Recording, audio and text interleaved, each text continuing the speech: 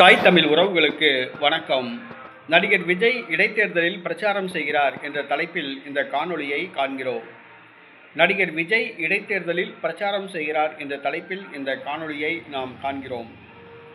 நடிகர் விஜய் தமிழக வெற்றிக் கழகத்தை கடந்த பிப்ரவரி மாதம் ஆரம்பித்தார். வருகிற சட்டசபை இடைத்தேர்தலில் தமிழக வெற்றிக் கழகம் போட்டியிடாது என்று தெளிவாக அறிவித்துவிட்டார்.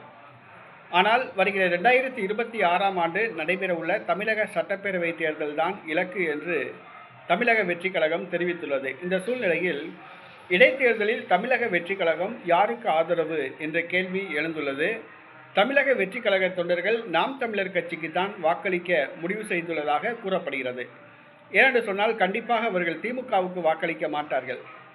ஏனால் திமுக ஆளுங்கட்சி ஒரு மக்கள் விரோத ஆட்சி நடத்தி வருகிறது. ஆகவே அவர்களுடைய எண்ணமெல்லாம் எதிர்கட்சிக்கு தான், அதாவது நாம் தமிழர் கட்சிக்கு தான் வாக்களிப்பது என்ற எண்ணமாக உள்ளது. இந்த சூழ்நிலையில் நாம் தமிழர் கட்சி மட்டும்தான் திமுகவை எதிர்த்து களத்தில் போராடுகிறது. அதிமுக போட்டியிடவில்லை, நாம் தமிழர் கட்சி மட்டும் போட்டியிடுகிறது. பாஜக போட்டியிடவில்லை, தமிழக வெற்றிக் கழகமும் போட்டியிடவில்லை. ஆக தேர்தல் களம் இன்னும் ஒரு சில நாட்களில் சூடு பிடிக்கும். அப்பொழுது நாம் தமிழர் கட்சி வேட்பாளருக்கு ஆதரவாக தமிழக வெற்றிக் கழக தலைவர் விஜய் பிரச்சாரம் செய்யலாம் என்று கூறப்படுகிறது. ஈரோட்டில் ஒரு நாள் அவர் பிரச்சாரம் செய்வார் என்று கூறப்படுகிறது. அது சம்பந்தமாக ஆலோசனைகளும் நடைபெற்று வருவதாக கூறப்படுகிறது.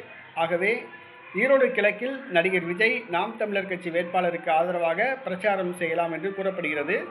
அது சம்பந்தமாக முடிவு எடுத்து இன்னும் ஒரு சில நாட்களில் அவர்கள் அறிவிப்பு செய்வார்கள்.